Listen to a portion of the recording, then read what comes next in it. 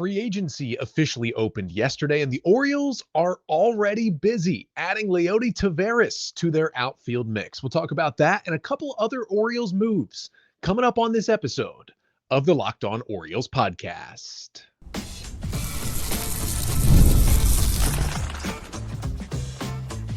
You are Locked On Orioles, your daily Baltimore Orioles podcast. Part of the Locked On Podcast Network, your team every day. Hey there, Orioles fans. Today is Friday, November 7th, 2025, and welcome back into the Locked On Orioles podcast, part of the Locked On Podcast Network, your team every day. As always, I'm your host, Connor Newcomb. And coming up on today's episode, we will discuss a couple players who the Orioles acquired earlier this week. We'll talk about the outfielder Leody Taveras, who the Orioles brought in on a one-year deal, and the right-handed reliever George Soriano, who they got on waivers from the Miami Marlins. We'll talk about both guys, their scouting reports, and how they fit in with Baltimore, and then give you a little timeline for what is upcoming here in this offseason. But that's all coming up on this episode of the Locked On Orioles podcast, which is brought to you by FanDuel. Right now, new customers can bet just $5, and if your bet wins, you'll get $300 in bonus bets to use across the app. Just download the FanDuel app today. So we start with really the first major league signing of the Orioles offseason, but not even the first player that they've acquired, right? You go back a couple of days. On Tuesday, the Orioles make the trade to get Andrew Kittredge back into their bullpen after trading him away at the deadline. We know they're going to need to add to that bullpen this offseason, so that was step number one. The other thing we knew that they needed was bench outfielders, reserve outfielders, potentially a starting outfielder as well. We'll see if that happens later in the offseason, but there was a need for a fourth or fifth outfielder center field type. And while this doesn't mean this is going to be the guy the Orioles put in that position at the big league level this year, they have certainly begun to address that hole, and that is with Leody Taveras. Mike Rodriguez, a baseball broadcaster who had the news first, and it was confirmed by John Heyman and others who covered the Orioles, reported on Wednesday night that the Orioles were signing outfielder Leody Taveras to a one-year, $2 million, presumably major league deal. It is still awaiting the physical and the confirmation by the Orioles. But the reason why this news was able to break on Wednesday night, even though free agents weren't able to be signed until Thursday night, is that Taveras was a minor league free agent, and those guys are eligible to sign really at any time. They don't have to wait until 5 days after the World Series like the major league free agents do. So who is Leody Taveras? He is a 27-year-old switch-hitting center fielder who was, again, eligible to sign before Thursday because he was a minor league free agent. Taveras began this year with the Texas Rangers, where he had been for all of his career, but just it didn't go well. 30 games to begin the season with the Rangers, had just a 66 WRC plus, meaning he was 34% worse than league average as a hitter. And the Rangers just were kind of done with playing him. They had Wyatt Langford. They had an injured, but still an Evan Carter. They had Jock Peterson. They had other guys they'd rather go to in the outfield. And they placed Taveras on waivers on May 4th. And he was claimed by the Seattle Mariners. So a couple days later in early May, he suited up for the Mariners, and he had a good first game. I think had the game-winning hit for the Mariners in that first game, and then really didn't do much else after that. 28 games with Seattle for Taveras, it got much worse. He had a 32 WRC plus, and he was DFA'd on June 9th after just about a month with the Mariners. Now, he did clear waivers, and that was the first time in his career he had cleared waivers, so the Mariners were able to outright him to AAA Tacoma, and he wasn't able to kind of decline that and become a free agent. And that is where Taveras spent the remainder of the year, played 81 games in AAA with the Mariners, basically half a season, and, was solid, had a 102 WRC plus, hit 280, popped 11 homers, cut his strikeout rate all the way down to 15%. But remember, this is a guy who'd been facing big league pitching really since 2020, and now was facing AAA pitchers, so you'd expect him to do a lot better, which is what he did. Now, when he went down to AAA, the underlying data actually looked pretty good. He had a 43% hard hit rate, which was nice, had a low whiff rate, high contact rate. His strikeouts went down. He was hitting fastballs pretty hard, which is good to see. And it's actually surprising that at one point the Mariners didn't call him back up, but just I think never really had the need. They went and got some outfielders. Dominic Canzone ended up producing for them. They eventually got Victor Robles back from his injury. Of course, already had Julio Rodriguez out there. And so Taveras ended up staying down in AAA. And then when the year ended, he became a minor league free agent in October, which is why the Orioles were able to at least reportedly sign him before he officially would have become available elsewhere or otherwise on Thursday. Now, Taveras was a prospect at one point. He was an international amateur signing out of the Dominican Republic by the Rangers all the way back in 2016. And in 2019, when he was getting close to knocking on the door of the big leagues, he was a consensus top 100 prospect in baseball. Now, he was not a top 10 guy. He was not a not miss guy, but pretty much every major list had Taveras ranked somewhere in their top 100, at least thinking, hey, this is going to be an impact big leaguer. And he never really fully, I would say, got to that point in the big leagues. He did debut in the COVID season at 2020. He was only 21 years old, but played 33 of the 60 games in that shortened season for the Rangers, and then came back in 2021 looking for it to be his first full big league season, but he wasn't very good. He in 2021 came out there and he played in just 49 games. He hit 161. He had a 32% strikeout rate. He had a 28 WRC plus. He played great defense in the outfield, but didn't hit at all. So going into 2022, the Rangers had a few more questions, but Taveras was able to bounce back a bit. Ended up playing in 99 games, so still was not an everyday player yet in 2022, but was right around a league average hitter, hit 261, stole 11 bases, again, played really good defense in the outfield, and was kind of a good reserve player for Texas. And by the end of the season, had kind of become their starting center fielder. And that opened him up to take over that role in 2023, which is what he did in the 2023 season. Taveras stepped in to be that starting center fielder for the Texas Rangers. And then while his season wasn't amazing, he played in 143 games for Texas. He hit 266. He had a 101 WRC plus. He was for the first time an above league average hitter. He hit 14 homers. He played good defense. He was worth, almost 3 wins at Baseball Reference and FanGraphs, according to his WAR. He was a valuable player out there in center field. He hit at the bottom of the Texas lineup. They weren't expecting a ton from him offensively. That was also one of the best lineups in baseball. So you have Taveras down there in the 8 and 9 hole as a league average hitter. You're feeling pretty good. And that's where he stuck. It was that Rangers team that we know well won the 2023 World Series. Now, Taveras did go 0 for 16 in that World Series against the Diamondbacks. He didn't have a great postseason, but he played good defense. They didn't need to think about who was out there in center field for them a lot of the time. And he gave them some value and was certainly a piece who helped them to that World Series. And again, his hard hit rate was right up there at 43% in that 2023 season, a really good number for a guy in the 9 hole. And there was some stuff under the hood that looked really good. He was +7 outs above average in center field. It's an elite defender out there. But then 2024 came and it was back to the offensive struggles for Taveras, back to an 84 WRC plus, back to a 229 batting average. He did steal a career high 23 bases that year. He did up his walk rate. His strikeout rate still didn't get super high, but otherwise just didn't really produce with the bat in the way that he did the year prior. Although, he did play 151 games and was only still 25 years old and was still the everyday center fielder for a disappointing Texas team that missed the playoffs a year after winning the World Series. So Taveras came back into the season with that center field job, but knowing that with Langford and Carter and others in the mix, he was going to have to hit to keep his job. And as I mentioned, he didn't hit. He was DFA'd a month later, and the Rangers kind of went another way in center field. Now, in terms of defense, he still gives value there. He's got one of the strongest arms in the league of any player, not just center fielders, in baseball via StatCast. He's got really good speed. He's in the top 10 percentile of sprint speed in the league as well. He can steal 20 plus bases. The bat at this point is just the huge question. And he really, the last couple of years, just stopped doing damage against four-seam fastballs. In the last 2 seasons in the big leagues with the Rangers and then the Mariners, he had a -17 run value against four-seam fastballs via StatCast.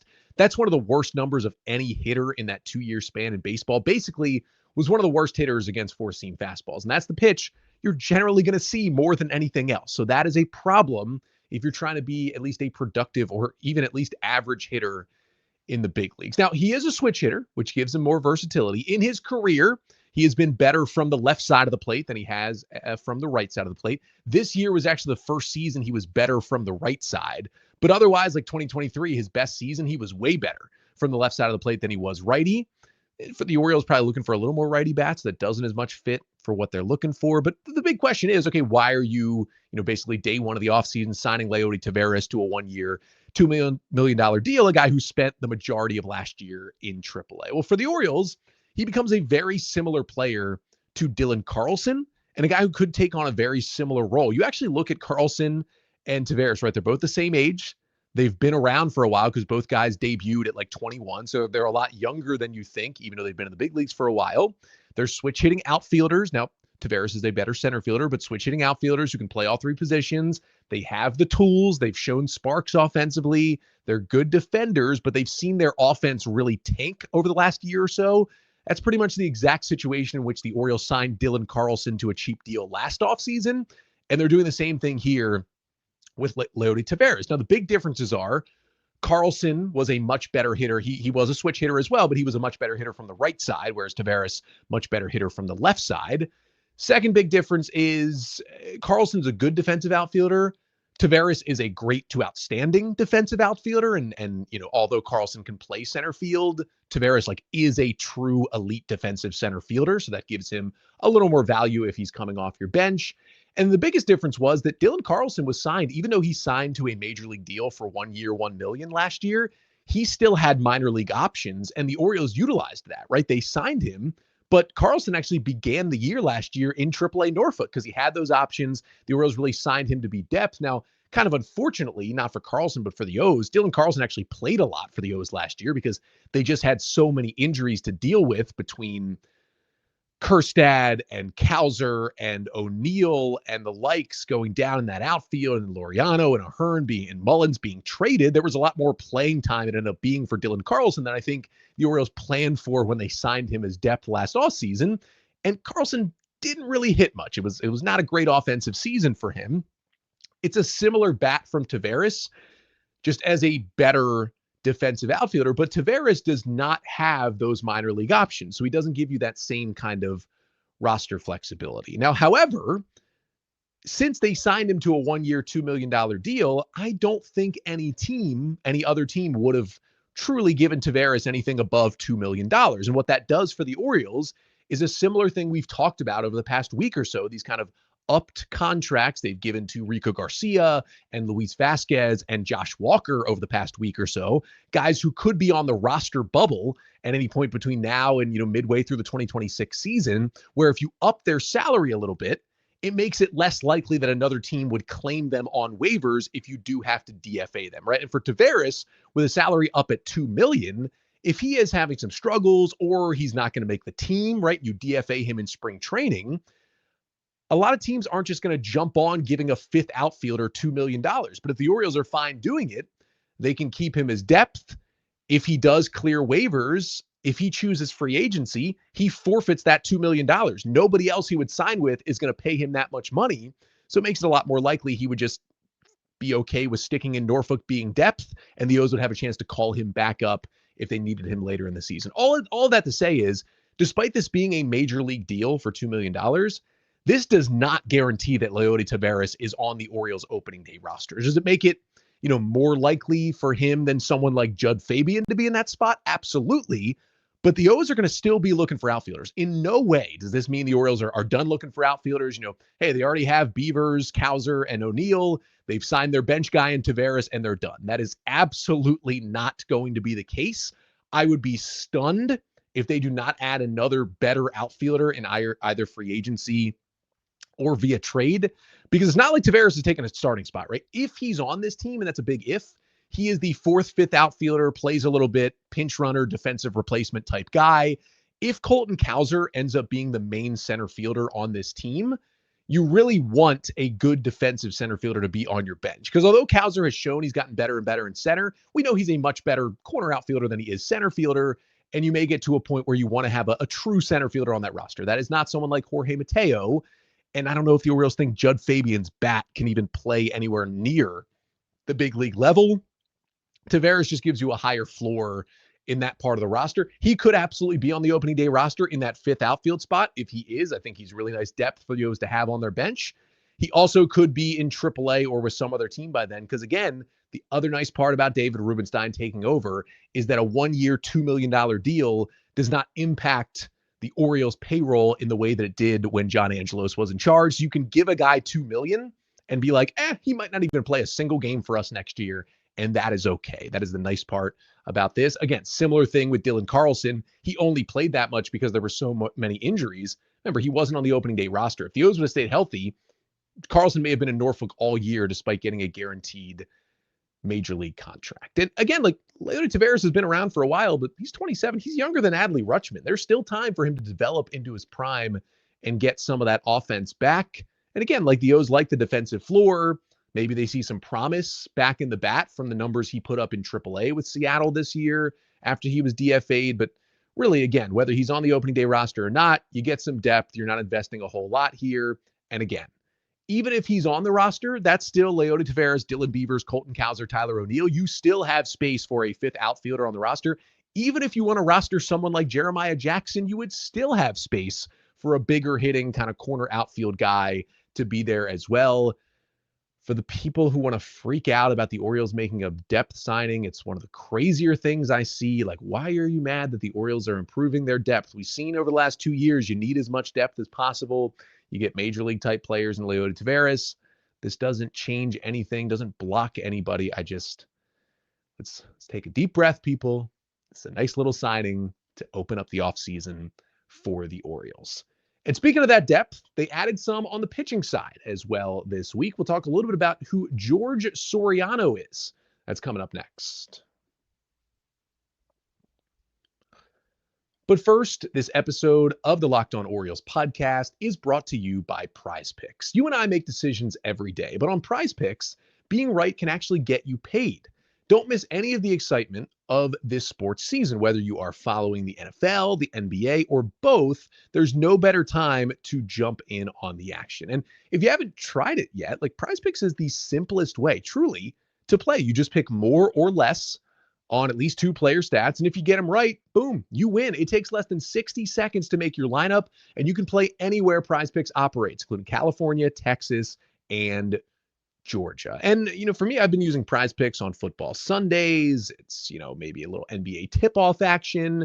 And if one of your players leaves via injury, the injury reboot saves your lineup from a loss if they leave early.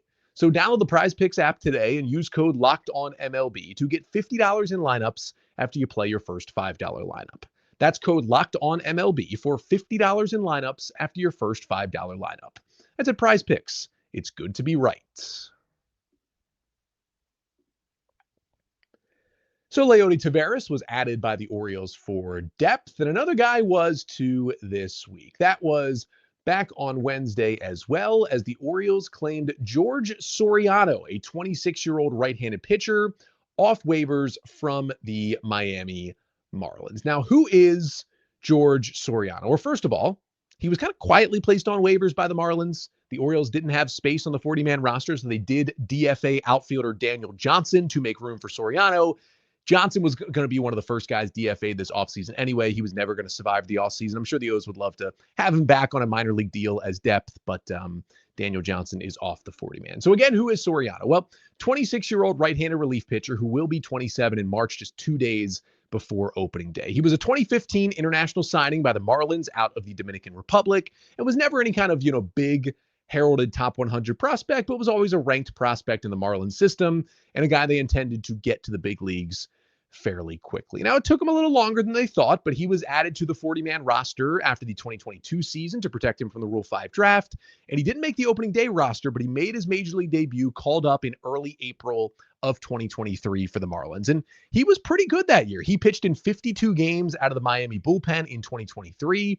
He posted a 3.81 ERA, solid strikeout rate, not a super high walk rate, and that was on a Marlins team that kind of shocked everyone and made the postseason back in 2023. Now, unfortunately for Soriano, he was really good early, kind of tired out down the stretch. He had a 6.91 ERA in the month of September that year after what was really a great season. Still did make the Marlins playoff roster in the wild card round against the Phillies. They were swept in 2 games, didn't see much from Soriano. He may have kind of run out of gas at the end of that season. His fastball velo was down to 94 miles an hour in September, but still was good experience for him in that first season. Came back in 2024. Marlins figured, hey, this guy's pretty much a shoo-in to be in our bullpen this season. Well, as we know, the Marlins kind of fell apart in 2024, as did Soriano. He pitched in just 22 games, 29 and a third innings, a 6.75 ERA ballooned from the 3.81 the previous season. The previous year, like, he was basically exclusively used as a multi-inning guy. They used him more as a one-inning guy in 2024 out of the bullpen. And really the home runs started to get to him. He started to have a home run problem. A lot of his stuff under the hood didn't look super different, but he was very much an up-down guy, going back and forth between AAA and the majors. And he found himself in that same role for a better, non-playoff, but better Marlins team in 2025. Very much an up-down season for Soriano, who was used as mostly like a low-leverage multi-inning mop-up guy for the Marlins this year. But at age 26, he pitched in 24 games. He threw 36 and 2/3 innings, did record one save. He has 3 of them in his career. And he ended up with an 8.35 ERA. Yes, it ballooned even more. It was a 21% strikeout rate, career low, 11% walk rate, career high. Opponents hit 303 overall against Soriano this year after it was around 230 the previous 2 seasons. It was not a good year for George Soriano in 2025. And although he survived the whole season, this offseason was the first time he became out of minor league options. And the Marlins tried to quietly sneak him through waivers, but the Orioles put a claim in on him earlier this week. Now, he did pitch really well in AAA in 2025. While he was terrible in the big leagues, you look at his AAA stats, and it was 43 innings, a 2.32 ERA, 29% K rate to a 9% walk rate with a 178 batting average against. That's a really good AAA relief season. He went back and forth between AAA and the big leagues multiple times. That success just never translated back up to the big leagues like it did 2 years prior. But he's still 26. The stuff is still in there. Still was getting out AAA hitters at a really high rate and is still flashing some better stuff. Like the stuff numbers ticked up. He went from a 90 to a 99. His four-seam fastball saw a huge jump. He added a new sinker this year, which was nice to see. The issue was his home run problem got even bigger. The home run issues were just massive. And that's why you look at his ERA, right? That is incredibly ballooned ERA at 8.35. It's hard to see the positives of anyone with an 8.35 ERA. I think that is pretty clear. Like if you look at ERA rankings among guys who threw at least 30 innings this season, 8.35 was the 3rd highest ERA in baseball. The only 2 pitchers who threw at least 30 innings this year with higher ERAs both pitched for the Rockies. Bradley Blaylock and Carson Palmquist both had higher ERAs. That doesn't even really count. Soriano had, in my brain, the highest ERA of anyone who threw 30 major league innings. So you don't love to see that. However, here's the flip side. Soriano's xFIP, expected FIP, was 4.36, 4 runs lower than his ERA. Basically had the biggest ERA to xFIP gap of any pitcher in Major League Baseball. xFIP, a lot that goes into it, but it does kind of explain like, hey, what would your ERA be closer to if you had a normal defense behind you and a normal home run rate? Well, Soriano's home run rate was so just inflamed that it bounced that ERA up. It seemed like every ball that was hit in the air against him was hit for a home run. He had a 28.6 home run to fly ball rate. That means almost a third of the fly balls he allowed became home runs. That's insane. That was the highest home run to fly ball rate of any major league reliever who threw at least 30 innings in the big leagues this season. And if you go back all the way to 2020, so the past 6 seasons, it's the 3rd highest home run to fly ball rate in a single season by any reliever who threw at least 30 innings. I go back to 2020 because 2019 was the juiced ball, home runs everywhere. You don't really want to look at that data, but that's crazy. Now, the one thing that makes you a little bit better is you can make changes to get the home run rate down. The highest home run rate in that span, remember Soriano's 3rd, was last year for Blue Jays left-handed reliever Brendan Little. And Brendan Little turned things around to be maybe the Blue Jays' most trusted lefty in a bullpen that went to the World Series this year. I know he had a couple of bad moments in the playoffs, but overall had a great season. You can turn things around, and you can have that home run luck come back on your side at any time. And the other nice thing about Soriano, like he hasn't really had injury issues. That doesn't mean he won't have them in the future. He's a professional pitcher, but he hasn't really had them. Between AAA and the majors, he threw 79 and a third innings of relief last year. So that's nice to see. He's kind of fully built up without injuries. You always like to see that. He debuted that new sinker, which is good. It became kind of his number 1 fastball early in the year. He threw it less and less as the season went on, though, went back to his four-seamer, but the two fastballs do work well off each other. The Orioles will certainly have him throw both. They both sit around 96 miles an hour, the four-seamer and the sinker. But Soriano's stuff is really more about the non-fastballs. It was 32% slider usage this year, his number one pitch. That's an 86-mile-per-hour slider with a 33% swing and miss rate. It got hit with a lot of slug this year, but the expected slugging was way down. He throws it over 40% of the time to righties. And then he has 31% changeup usage. His pitches go slider, changeup, four-seam, sinker. Changeup at 89, only a 20% swing and miss, but he throws it a lot to lefties. Has a lot more drop and a lot less horizontal movement than most changeups from his similar arm angle. It can be a pretty nasty pitch. And he does have like a 29-degree arm angle, which is pretty sidearm, especially for a right-handed pitcher. So it gives Soriano a little bit of deception out of that sidearmy slot as well. Now, the big thing with Soriano is he is out of minor league options for the first time. So the Orioles couldn't just send him down to AAA this year. He would have to pass through waivers. And I can pretty much guarantee you with the state of the Orioles 40-man and the fact that they're going to want to add players this offseason, even though they just claimed him, Soriano is going to be one of the first players DFA'd off the 40-man this offseason when the Orioles need to. I would almost guarantee that at some point between now and opening day, the Orioles DFA Soriano. Their hope is that he clears waivers. And if he does, it would be his first time doing it. So he would have to accept an assignment to AAA Norfolk and stay in the Orioles organization as minor league depth. We've seen them do this a ton with relievers on the waiver wire over the years. Soriano's got some intriguing stuff. It's another piece of bullpen depth. And hey, there could be some innings to be had in this bullpen. Soriano's had success at the big league level in the past. Maybe the OC is something they can tweak there and get back to that level from a young reliever that hopefully still has some good innings left in that right arm. But it is the offseason. The O's have made a couple of moves already. They've gotten Kittredge. They've gotten Taveras. They're making some waiver claims. A lot of important dates, though, coming up as the moves will continue to come through. Get you kind of set for the full offseason of deadlines to finish off the show coming up next. But first, this episode of the Locked On Orioles podcast is also brought to you by FanDuel. The NBA is back, and there is no better place to get in on the action than FanDuel, the official sports betting partner of the NBA. Even if you missed the start of the game or want to ride the hot hand, FanDuel has live bets on pretty much everything you could be looking for. It's, who will score next, fourth quarter comebacks. Plus, you can even combine your live bets into a same game parlay for a shot at a bigger payout. Now, it keeps every game exciting, especially when your team is making that late push. And right now, FanDuel is giving new customers $300 in bonus bets when your first $5 bet wins. So head to FanDuel.com to sign up and play your game with FanDuel, the official sports betting partner of the NBA. So funny enough, literally as I'm recording here on Thursday, the Orioles have made a roster move. Of course they have. All they do is make roster moves, and they usually make them at the least convenient time for your guy, Connor. But it's another waiver claim coming in.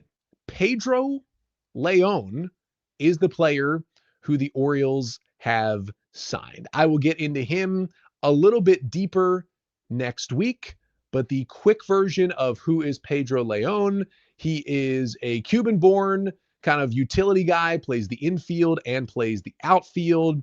He has made it briefly to the big leagues. 2024, he played in 7 games for the Astros, but otherwise has mostly been in the minor leagues. He played in just 25 minor league games last year, however, and is kind of one of these post-hype guys, late bloomer type guys that the Orioles seemingly are going to bring in here, who, was a top-ranked prospect at one point. He was in the futures game back in 2021. So there is some hype here from Pedro León.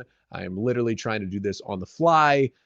We will have a lot more Pedro León information for you coming up on the podcast next week. That means the O's may have to clear a spot on their 40-man, and maybe Soriano already is getting DFA. But I wanted to briefly talk about some big deadlines and dates to know for this offseason, right? So trades and signings are now open at this point as of Thursday. We'll have the GM meetings next week when the GMs get together and kind of start to talk about things that could happen.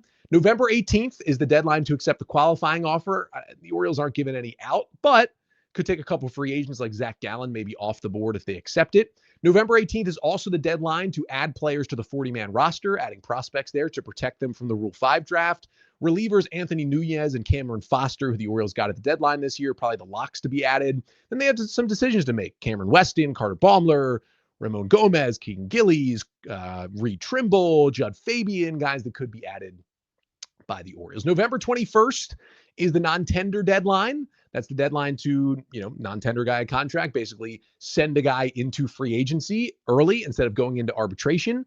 The big decision the Orioles have here is on Ryan Mountcastle. Will they be able to find a trade partner by November 21st, or will they just non-tender him? Other candidates are guys like Dylan Carlson and Jose Castillo, who we've talked about. Then the winter meetings, December 7th through the 10th in Orlando. That's usually when the offseason really heats up. So we've got exactly a month until all that stuff begins. You get the draft lottery while we're there, December 9th. Orioles have the 4th best odds of getting the number 1 pick. That would be cool. Then the Rule 5 draft on December 10th. O's haven't taken anyone in a couple of years, but they could lose some players as well. January 9th is the arbitration filing deadline. Doesn't, change anything for guys. We just learn more about what their payroll will be in 2026. Then February 11th, pitchers and catchers report to spring training. If anyone's playing in the World Baseball Classic, they report a little bit earlier, but full reports are February 16th for all players, and the Orioles' first spring training game is February 20th. Speaking of that World Baseball Classic, it is back March 5th through the 17th. No Orioles are confirmed yet to be playing, but I would guess at the very least, Dean Kramer will pitch for Team Israel and Tyler O'Neill will play for Team Canada. They both did that in the last WBC. We could get a few others in there as well. Remember, the Orioles had Cedric Mullins playing in the last one. They had Ryan Long pitching for Team Great Britain in it as well. And the Orioles are going to play an exhibition game on March 3rd against Team Netherlands. That'll be fun. Hopefully that one is broadcasted as well. And then really, it's not that far away. Thursday, March 26th is Orioles opening day. The Yankees and the Giants opened the season the night before with a standalone game, and everybody else plays on the 26th. Orioles versus Twins, 3:05 p.m. Eastern time at Oriole Park. It is so close. And hey, maybe in that game or in that series, we'll get some sort of Pablo Lopez or Joe Ryan revenge game. That would probably come out to it being a pretty good offseason for the Orioles. But a ton between now and then will happen. A ton between now and then will be covered right here on the Locked On Orioles podcast. Make sure to stick around. We are still 5 days a week, all the way through the month of November, all the way through the winter meetings. Plenty of O's content, including next week when I tell you a little bit more about Pedro Leon and then really dive into the beginning of free agency and all those free agent wish lists on who the Orioles should pick up. But until then, I'm Connor Newcomb, and this has been the Locked On Orioles podcast, part of the Locked On Podcast Network. Your team every day.